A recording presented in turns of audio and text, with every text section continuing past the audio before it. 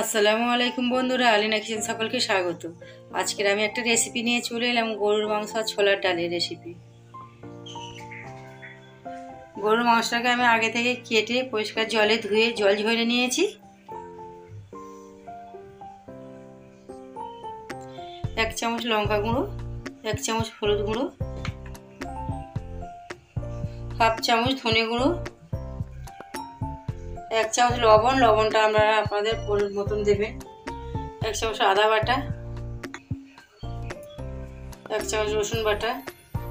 ভালোভাবে আমি হাতের সাহায্যে মাখিয়ে নেবো এটা মাংসটাকে।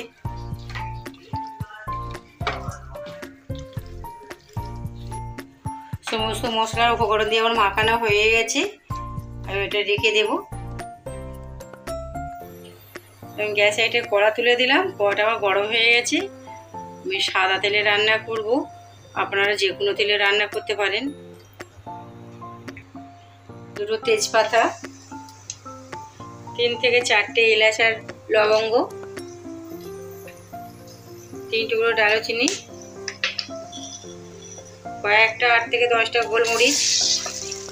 পেঁয়াজটা আগে থেকে আমি কেটে রেখে দিয়েছিলাম সরু সরু করে। আমার বাদামি কালার হয়ে এসেছে।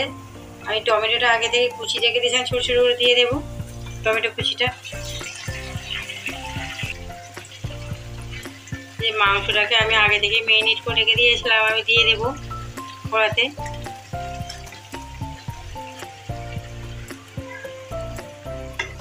দিয়ে আমি ভালোভাবে নেড়ে চেড়ে কষিয়ে নেবো।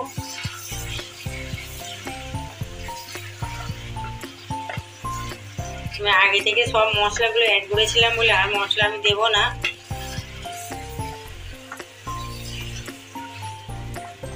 কিছুক্ষণ আমি ঢাকা দিয়ে রেখে দেব।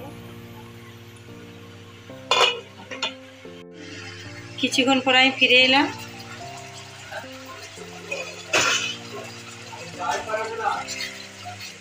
মাংস দেখো অনেকটাই জিয়ে বেরিয়েছে, জল বেরিয়েছিল, টেনে গেছে, এতে তেল ছেড়ে নিয়েছে।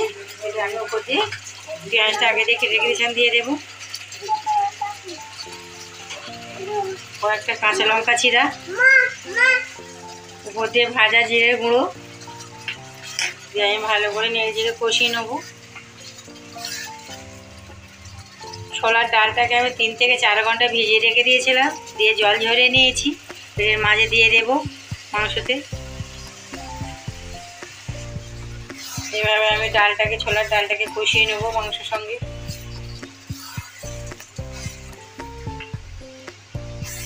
আমি গরম জল অ্যাড করবো, ঠান্ডা জল অ্যাড করবো না, করলে মাংসটা সিদ্ধ হবে না। গরম জল অ্যাড করলে তাড়াতাড়ি সিদ্ধ হয়ে যাবে মাংসটা।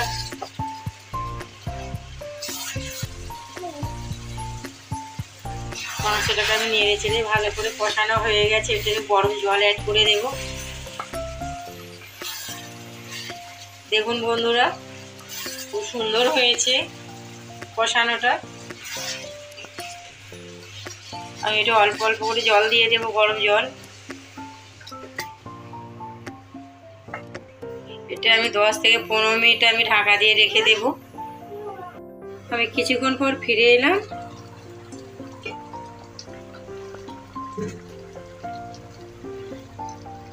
আর ছোলার ডাল আর গরুর মাংস রেসিপিটা রেডি হয়ে গেছে বন্ধুরা। দেখুন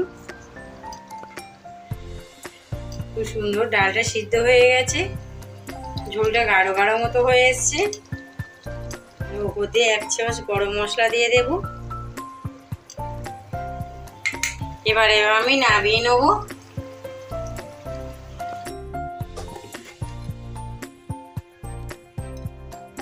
ছোলার ডাল আর মাংসটা আমি এইভাবে তুলে নেব একটা বলেতে। আর ছোলার ডাল আর গরুর মাংসের রেসিপিটা যদি আপনাদের ভালো লেগে থাকে, আপনারা আমাকে লাইক কমেন্ট আর সাবস্ক্রাইব করুন, বেশি বেশি করে শেয়ার করবেন। ভালো থাকবেন, সুস্থ থাকবেন। নেক্সট ভিডিও দেখতে হবে।